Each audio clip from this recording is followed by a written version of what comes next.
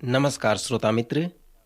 जब हम पुराने नियम का सर्वेक्षण करते हैं तो हम तीसरी और अंतिम बार न्यायों की पुस्तक में आते हैं। जब हम न्यायों का अध्ययन करते हैं तो सर्वप्रथम एक व्यक्तिगत चिंतन मनन संबंधी शिक्षा तथा उसके बाद एक राष्ट्रीय चिंतन संबंधी पाठ को देखते हैं। उसके पश्चात हम जीवनियों पर गौर करना आरंभ करते हैं और उनसे संबंधित शिक्षाओं पर भी गौर करते हैं। जब हम न्यायियों के जीवनों को व्यक्तिगत रीति से पढ़ते हैं तो उसकी सच्चाई को और भी गहराई से जान पाते हैं।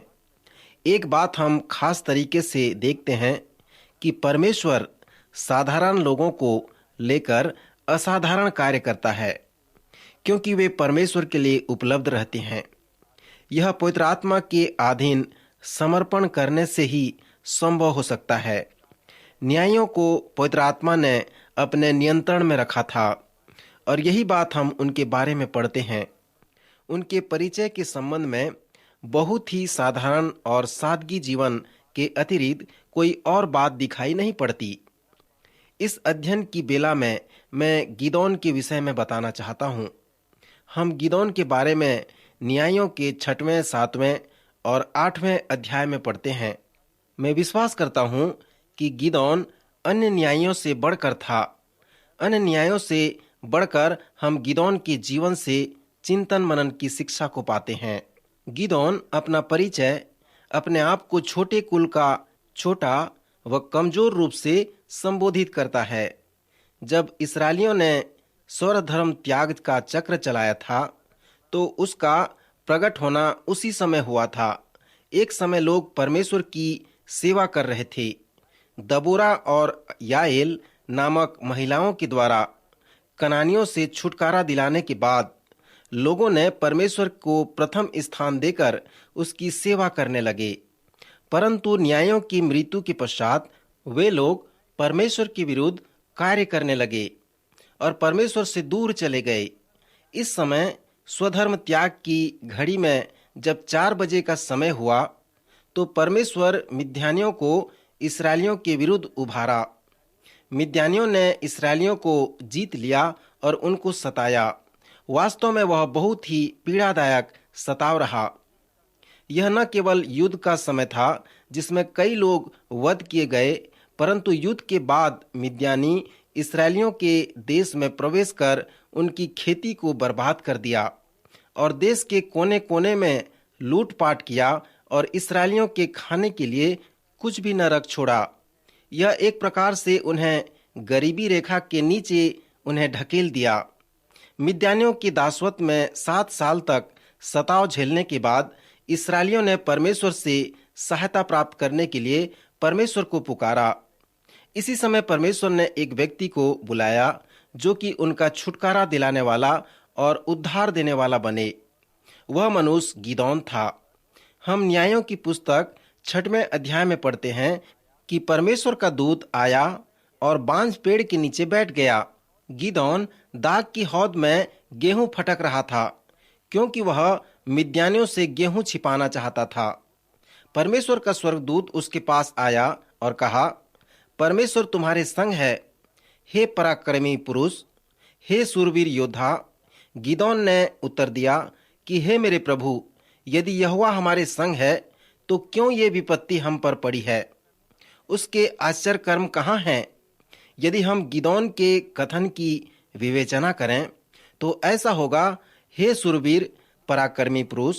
गिदोन ने कहा, यदि तू हमारे साथ है तो ये विपत्तियां जो हम पर पड़ी हैं और वे आश्चर्य कर्म जो तू करता है वह कहाँ है? मित्र, पुनः ऐतिहासिक दृष्टिकोण को ध्यान में रखिए। लाल समुद्र पार करने और कुछ और महान आश्चर्य कर्मों के बीच कई वर्ष बीत गए जो गिदोन ने सुना था। जैसे गिदोन ने प्रश्न किया, आज भी वैसे लोग प्रश्न करते हैं। आज वे आश्चर्य कर्म कहाँ हैं? हमने पुराने समय में हमेशा आश्चर्य कर्म के विषय में सुना। मुझे वर्तमान काल में आश्चर्य कर्म दिखाइए, यही गिदोन का कहना था। यदि हम परमेश्वर के प्रत्युत्तर को व्याख्यात्मक रूप से देखें तो ऐसा लगता है कि गिदोन जाकर दर्पण में देखो तुम ही मेरे आश्चर्य कर्म हो। मैं तुम्हारे द्वारा आश्चर्य कर्म करवाना चाहता हूँ। यहाँ परमेश्वर और गिदोन के बीच यही हो रहा था जिसे हम गिदोन की बुलाहट कहते हैं। परमेश्वर ने गिदोन को उत्तर दिया, शक्ति से परिपूर्ण हो जाओ। क्या मैंने तुम्हें नहीं भेजा है? जब परमेश्वर अपने काम के लिए बुलाता है तो यह बहुत ही महत्वपूर्ण बात है कि उससे प्रेरित होकर पूरे निश्चयता के साथ उसका कार्य करें और यह जान रखें कि वह परमेश्वर आपके साथ है। जब आप विश्वास करते हैं कि उसने आपको भेजा है और यह भी विश्वास करते हैं कि वह आपके साथ है, तब आप विश्वास करते हैं कि मुद्दे की बात आप नहीं परंतु परमेश्वर स्वयं है। बात यह नहीं है कि आप क्या कर सकते हैं, परंतु बात यह है कि परमेश्वर क्या कर सकता है। बात यह नहीं है कि आप क्या चाहते हैं, परंतु बात यहाँ पर यह है कि परमेश्वर क्या चाहता है। और जब आश्चर्य कर्म होता है तो आप पीछे मुड़कर यह कहते हैं, यह मैंने नहीं किया, यह तो परमेश्वर ने किया, क्योंकि परमेश्वर ने मुझे भेजा और वह मेरे साथ था। मैंने संसार के चारों कोने में मिशनरियों से मुलाकात की और देखा वे वहां पर 25 वर्षों से रहते हैं। उन स्थानों में मुझे 3 घंटे भी रहना अच्छा नहीं लगता। मैं यह एहसास करते हुए वापस लौट आया कि यदि ये मिशनरी इस बात से कायल नहीं होते कि परमेश्वर ने उन्हें वहां भेजा है और परमेश्वर उनके साथ है, तो उनके लिए उन परिस्थितियों में रहकर 25 सालों तक वहां सेवा करना असंभव होता। परमेश्वर ने गिदोन को बुलाहट देकर यही बात कही, क्या मैंने तुम्हें नहीं भेजा?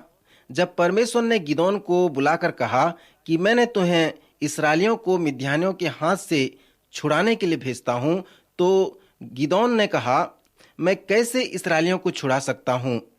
देखिए, मेरा कुल कमजोर है और मैं अपने परिवार का सबसे छोटा हूं। आप मुझे क्यों बुला रहे हैं? यही शीर्षक न्यायों की पुस्तक में आरंभ से अंत तक देखने को मिलता है। परमेश्वर को किसी सर्वोत्तम संत की आवश्यकता नहीं है, क्योंकि जो सबसे छोटे कुल में से छोटे होते हैं उनमें अधिक आत्मिक भेदों को सिखाने की तमन्ना होती है, जैसे कि मूसा और अन्य अगुओं ने किया। आत्मिक भेद की बात इस प्रकार है, मैं नहीं पर परमेश्वर है, मैं नहीं कर सकता पर परमेश्वर कर सकता है। मित्र, न्यायों की पुस्तक में ऐसा लगता है कि परमेश्वर ने वैसे ही लोगों को बार बार चुना। जब परमेश्वर ने मिद्यानियों को बाहर फेंकने के लिए गिदोन को बुलाया, उस समय वहां कई लाख मिद्यानी लोग थे। मिद्यानियों की संख्या मानो टिड्डियों के झुंड के जैसे थी। गिदोन में परमेश्वर को विश्वास उत्पन्न करना था।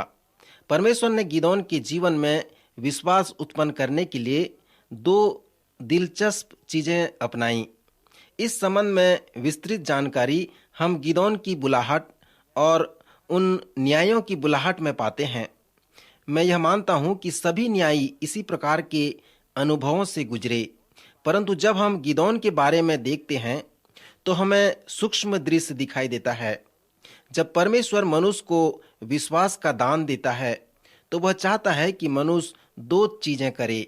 पहला, परमेश्वर मनुष्य के विश्वास की परख करता है, तब परमेश्वर अपने आप को मनुष्य के सामने प्रकट करता है, या फिर मनुष्य के विश्वास को सुनिश्चित करना चाहता है। ध्यान रहे, जब परमेश्वर मनुष्यों को कुछ करने के लिए बुलाता है तो उन्हें बड़े विश्वास की आवश्यकता होती है। भजन संहिता 37 और 23 पद इस प्रकार कहता है, विश्वासियों के कदम परमेश्वर यहोवा के द्वारा सुनिश्चित किए जाते हैं। कभी कभी परमेश्वर की इच्छा को जानने के लिए संकेत नहीं मिलते। जब आप सड़क के तिराहे चौराहे पर पहुंचते हैं तो आपको यह नहीं सूझ पड़ता कि आप दाएं चलें या बाएं चलें। आप यह जानने की पूरी कोशिश करते हैं कि आप बाएं रास्ते लें या दाहिना रास्ता लें। तब आप रास्ते को सुनिश्चित करने के लिए परमेश्वर से प्रार्थना करते हैं, क्योंकि विश्वासियों के कदम परमेश्वर के द्वारा सुनिश्चित किए जाते हैं। परमेश्वर हमें उत्साहित करने और विश्वास में मजबूत करने के लिए वह हमारे विश्वास को सुनिश्चित और पक्का करता है। गिदोन ने परमेश्वर से कहा, परमेश्वर, यदि तू सचमुच में मुझे बुला रहा है तो मेरे लिए कुछ आश्चर्य कर्म कर। आज रात मैं भेड़ के ऊन को सोने से पहले बाहर रखता हूँ। कल सुबह मैदान सूखा रहे और ऊन गीली हो जाए। और इसी प्रकार दूसरे दिन सुबह गिदोन ने देखा कि जमीन सूखी है और ऊन गीली है, और उसने ऊन को निचोड़ा जिसमें पानी निकला। उसके पहले ऊन सूखा था। तब उसने कहा, अब प्रभु, मैं आशा करता हूँ कि आप नाराज नहीं होंगे। अब इसे दूसरे तरीके से आज रात होने दीजिए, अर्थात ऊन सूखा रहे व जमीन गीली हो जाए। दूसरे दिन सुबह जमीन ओस के मारे गीली हो गई और ऊन सूखा रहा। सुमित्र, परमेश्वर उसको एक बड़े कार्य करने के लिए बुला रहा था। परमेश्वर गिदोन के कदम को निश्चित और पक्का करना चाहता था। इसलिए परमेश्वर ने गिदोन की विनती को मान लिया। परमेश्वर ने तीसरे तरीके से गिदोन के विश्वास को सुनिश्चित किया, और परमेश्वर ने गिदोन से कहा कि आज रात तू पड़ाव में चला जा। जब वह मिद्यानियों के पड़ाव में गया तो उसने दो लोगों को बातें करते हुए देखा। वे अपने सपने को एक दूसरे को बता रहे थे। एक ने कहा, मैंने स्वप्न यह देखा कि एक बारेली जौ की रोटी पहाड़ से लुढ़कते हुए आकर हमारे पड़ाव को चकनाचूर कर दिया और उसे रौंद दिया है। मुझे आश्चर्य होता है कि बुरे स्वप्न का अर्थ क्या हो सकता है। उसके मित्र सैनिक ने कहा, इस बुरे स्वप्न का अर्थ मुझे पता है। वह गिदोन की तलवार है। वह शक्तिशाली इस्राएलियों की सेना जो कि पहाड़ के बिल्कुल ऊपर है। आपके स्वप्न का अर्थ यह है कि इस्राएली सेना आकर मिद्यानियों को नाश कर डालेगी। जब गिदोन ने यह सुना तो वह अंधेरे में सिर झुकाकर परमेश्वर की उपासना की और धन्यवाद दिया। उसने परमेश्वर की आराधना की और कहा, प्रभु, मेरे विश्वास को सुनिश्चित करने के लिए तेरा धन्यवाद हो। तब वह उस अनुभव के साथ वापस गया और अपने लोगों से कहा, उठो, क्योंकि परमेश्वर ने मिद्यानियों को हमारे हाथ में कर दिया है। इस वक्त सचमुच में परमेश्वर ने गिदोन के विश्वास को सुनिश्चित किया। फिर उसके बाद गिदोन को अपने विश्वास को पक्का करने की आवश्यकता नहीं पड़ी। अब उसे विश्वास हो गया था कि परमेश्वर मिद्यानियों को उसके हाथ कर देगा। आप अपनी पवित्र शास्त्र अपने हाथ में लें और न्यायों के पुस्तक के 6वें अध्याय को निकालें, जहां पर हम एक व्यक्ति के विषय में पढ़ते हैं जिसका नाम गिदोन था। हमने देखा कि परमेश्वर ने गिदोन को अन्य जाति मिद्यानियों को पराजय करने के पहले परमेश्वर ने गिदोन के सामने अपने आप को कई अद्भुत तरीके से साबित किया। गिदोन की कहानी से हमें ज्ञात होता है कि परमेश्वर चाहता है कि गिदोन भी अपने आप को परमेश्वर के सामने सिद्ध करे। न्यायों की पुस्तक के 6वें और 7वें अध्याय में हम देखते हैं कि परमेश्वर अपने आप को गिदोन के सामने सिद्ध करता है। आप इसे गिदोन के विश्वास की चुनौती कह सकते हैं। उदाहरण के लिए सबसे पहले परमेश्वर ने गिदोन को जो कहा वह यह कि उसके विश्वास को सिद्ध करे, जो इस प्रकार था। गिदोन के पिता स्वयं एक स्वधर्मी व्यक्ति थे। उन्होंने बाल के लिए एक वेदी बनाई थी जो अन्य जातियों का देवता था। परमेश्वर ने गिदोन से कहा, मैं यह चाहता हूं कि अपने अपने पिता के सबसे अच्छे बैलों में से एक बैल बाल की वेदी पर बांध दें और उस वेदी को गिरा दें और अपने पिता के उस मूर्ति के ऊपर चढ़कर उसे टुकड़े टुकड़े करके आग में जला दें। तब बैलों को बलि कर और उसे भी आग में जला दें और आज ही जाकर अपने पिताजी के मूरत के साथ ऐसा ही करें। तब क्या वह उसके लिए एक चुनौती थी? जी हाँ, मैं समझता हूँ कि वह उसके लिए एक चुनौती थी। पवित्र शास्त्र यह बताता है कि बच्चे अपने माता पिता की आज्ञा मानें। मैं यह विश्वास नहीं करता कि जब आप बड़े हो जाते हैं तो माता पिता का कहना हमेशा मानें। आप उनकी इज्जत करें और उनका सम्मान करें। यह अवश्य नहीं कि आप उनका कहना मानें। सुसमाचार में कई बार प्रभु यीशु मसीह ने कहा, यदि तुम अपने जीवन में अपने पिता से बढ़कर मुझे प्रथम स्थान देने के लिए इच्छुक नहीं हो तो तुम मेरे लायक नहीं हो। प्रभु यीशु हमें चुनौती देते हैं कि हम प्रभु यीशु को अपने माँ बाप से बढ़कर प्रथम स्थान दें। गिदोन को अपने पिता के मूरत को तोड़ने और उसे अशुद्ध करने के लिए कहा गया था। गिदोन के विश्वास के लिए वह एक बड़ी चुनौती थी। गिदोन ने वही किया जो परमेश्वर ने उसे करने को कहा था। उसने परमेश्वर की आज्ञा का पालन किया था। दूसरे दिन जब सुबह लोगों ने उस वेदी की ओर उस मूरत की दशा को देखा तो कहा, किसने यह कार्य किया? उन्हें उत्तर मिला, गिदोन ने यह कार्य किया। अतः लोग गिदोन को मार डालना चाहते थे, क्योंकि उसने उनके परमेश्वर, उनके देवता को तोड़ दिया था, उसका उपहास किया था। यहाँ एक दिलचस्प बात यह है कि गिदोन के पिता उसके पक्ष में थे और उसके पिता ने लोगों से कहा, तुम लोगों को तो मार डालना चाहिए, क्योंकि तुम लोग बाल देवता को बलि चढ़ाते हो। यदि बाल देवता परमेश्वर है तो वह स्वयं अपनी रक्षा करे। अतः गिदोन का नाम उस समय यरुब्बाबेल पड़ा। गिदोन की अपनी सेना की छंटाई का समय उसके लिए बड़े परीक्षा का समय था। पुराने नियम की कहानियों में से यह एक बड़ी कहानी है। इस निश्चयता और विश्वास के साथ गिदोन ने मिद्यानियों पर चढ़ाई करने के लिए 32,000 सैनिक लिए। जब वे मिद्यानियों पर चढ़ाई करने के लिए निकल पड़े, परमेश्वर ने गिदोन से कहा, तुम्हारे पास बहुत लोग हो गए हैं। यदि तुम मिद्यानियों को जीत लोगे तो शायद यही कहोगे कि हम लोग बहुत संख्या में थे, इसलिए मिद्यानियों को हरा दिए। परमेश्वर ने गिदोन से कहा कि मैं चाहता हूं कि तुम उठकर कुछ संदेश दो। तुम उठकर यह कहो, यदि तुम में से कोई भयभीत है तो वापस चले जाए, मुझे तुम्हारी आवश्यकता नहीं है। व्यवस्था विवरण उसके 20वें अध्याय में मूसा ने कहा, जब तुम अपने शत्रुओं से जो तुमसे बड़े हैं लड़ने के लिए जाओ तो अपने विश्वास को काम में लाओ और अपने लोगों को बताओ। यदि आपकी मंगनी हो गई है और अब तक यदि शादी नहीं हुई है तो लड़ाई में यदि तुम्हारी मौत हो जाएगी तो तुम्हारे मंगेतर के साथ कोई और शादी कर लेगा। यह ठीक बात नहीं है, इसलिए घर चले जाओ। यदि आपने दाख की बारी लगाई है और अब तक आपने दाख नहीं बटोरा तो युद्ध में आप मारे जाने के अलावा आप घर लौट जाओ और दाख की बारी में उसका फल खाओ। जब गिदोन 32,000 सिपाहियों के साथ आगे चला तो यहाँ पर गिदोन को पवित्र आत्मा पवित्र शास्त्र की शिक्षा दे रहा था।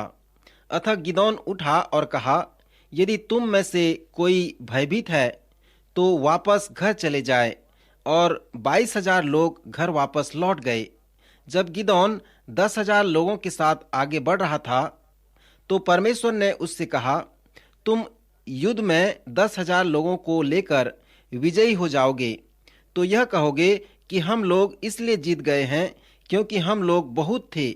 जब लोग नदी के किनारे पहुंचे तो यात्रा के कारण थके हुए थे और प्यासे थे। अब जो लोग झुककर अपने मुंह के बल सीधे पानी पिएगा, उससे कहना कि तुम लोग नदी के इस पार रुके रहना। परंतु जो लोग लड़ाई में जाने के लिए उत्सुक हैं, मिद्यानियों से लड़ने के उत्साही हैं और जो जीभ से पानी पीते हैं, उनसे कहो कि दूर जाकर खड़े हो जाएं। मित्र, यहाँ पर हम एक सुंदर शिक्षा पाते हैं एवं एक सुंदर लगाव को भी देखते हैं। प्रभु के प्रथम आगमन के समय हम उसे लागू होते हुए देखते हैं। परमेश्वर को किसी बड़ी भीड़ की आवश्यकता नहीं है या बहुसंख्यक की आवश्यकता नहीं है। उसके पास लोगों की संख्या अधिक नहीं थी। परमेश्वर को समर्पित अल्पसंख्यकों की आवश्यकता होती है। परमेश्वर पिता उदासीन बहुसंख्यकों को इस्तेमाल नहीं करता, परंतु सक्रिय और समर्पित अल्पसंख्यकों को इस्तेमाल करता है। 32,000 में से छंटाई कर 3,000 लोगों को ही लड़ाई में लेने के उदाहरण से हम यह पाठ सीख सकते हैं। एक और तरह से परमेश्वर ने गिदोन के विश्वास को प्रमाणित किया और वह था युद्ध की योजना बनाने के द्वारा, जिससे वे मिद्यानियों को जीत सकें। मिद्यानियों पर किसी अलौकिक तरीके से विजय प्राप्त नहीं किए थे, जैसे कि दबोरा ने कनानियों को अलौकिक तरीके से जीती थी। सिसरा के 9 लोहे के रथों को परमेश्वर ने अलौकिक और आश्चर्य रूप से असमंजस में डाल दिया था। मेरा विश्वास है कि वह ईश्वरीय हस्तक्षेप था। श्रोता, मैं भी विश्वास करता हूँ इन आश्चर्य कर्मों पर। जब आप पवित्र शास्त्र को पढ़ते हैं तो आप यह विश्वास करें कि आश्चर्य कर्म परमेश्वर की ओर से होता है, परंतु ये सब आश्चर्य कर्म अलौकिक नहीं थे। मैं नहीं सोचता कि गिदोन का आश्चर्य अलौकिक था। गिदोन को विजयी होने के लिए बड़े विश्वास की जरूरत थी। अत्यंत उत्साह और सुंदर योजना की उसे आवश्यकता थी। मिद्यानी लोग जहां पर पड़ाव डाले थे वहां बहुत अंधेरा था। इस कदर अंधेरा था कि आप अपने ही हाथ को अपने चेहरे के पास भी नहीं देख सकते थे। परमेश्वर ने गिदोन से कहा कि अपने 300 लोगों को लेकर अलग अलग झुंड में उन्हें विभाजित कर 3 अलग अलग क्षेत्रों में, उत्तर में, पूर्व में और पश्चिम दिशा में उनको रख। और इस प्रकार उसने इन लोगों को उस रणनीति को बता दिया। यहाँ नेतृत्व के विषय में एक बड़ा अध्ययन है। गिदोन ने कहा, मैं जैसा करूँगा वैसा होगा और आप भी मेरे जैसे करें। यह एक वास्तविक नेतृत्व है। ये 300 लोग संपूर्ण रीति से समर्पित थे। उनके दाएं हाथों में एक प्रकार का घड़ा था जिससे वे उनके मशाल को ढकते थे। उनके दाहिने हाथों में एक तुरही थी। जब गिदोन ने संकेत दिया तो उन्होंने अपने मटके को, जिससे अपने मशाल को ढांकते थे, फोड़ दिया और एक साथ 100 मशालों को प्रज्वलित किया। और उसके बाद उन्होंने एक साथ मिलकर 100 तुरही फूकी। उसके बाद उन्होंने बहुत जोरों से चिल्लाया और आवाज कर कर कहा, परमेश्वर और गिदोन की तलवार। यही चीज 3 अलग अलग दिशाओं में हुई। यदि आप मिद्यानी होते और अपने पड़ाव में घनघोर अंधेरे में सोते रहते और अचानक 100 घड़े फोड़ने की आवाज होती, मसालों की लौ देखकर और 100 लोगों की जोरदार आवाज और 100 तुरहियों की बड़ी आवाज सुनकर आप क्या समझते? और यही घटना पूर्वी और पश्चिमी पड़ाव में भी होती। शायद आप यह सोचते कि गिदोन की बड़ी सेना ने आपको चारों तरफ से घेर लिया है। अब हम जानते हैं कि वे केवल 300 लोग थे। यह लेव व्यवस्था में मूसा के द्वारा दिए गए प्रतिज्ञा का संकेत है, जिसमें इस प्रकार है, थोड़ा लोग हजारों लोगों को पराजित करेंगे। यही प्रतिज्ञा अक्षरशः यहाँ पूर्ण होती है। मिद्यानियों ने सोचा कि वे चारों तरफ से घिर गए हैं। ध्यान रहे, यहाँ घनघोर अंधेरा था। वे स्वाभाविक तौर से अंधेरे में एक दूसरे को मारना शुरू कर दिए और गिदोन के लोगों ने उन्हें घाटी से बाहर खदेड़ दिया। उन्होंने उन्हें जानवरों के जैसे मार डाला। तब वे, जिन्होंने गिदोन की सेना से चल दिए थे, पुनः युद्ध के लिए वापस आ गए।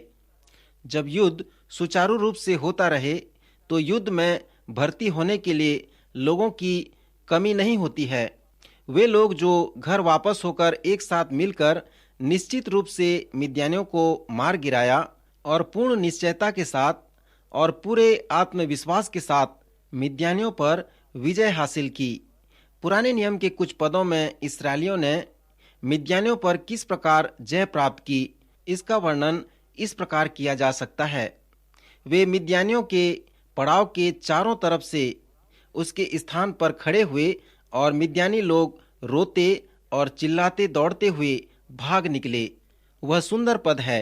आप देखते हैं गिदोन ने क्यों उदासीन बहुसंख्यक को अल्पसंख्यक समर्पित के रूप में बदल डाला, ताकि उसे 100% सहयोग मिल सके।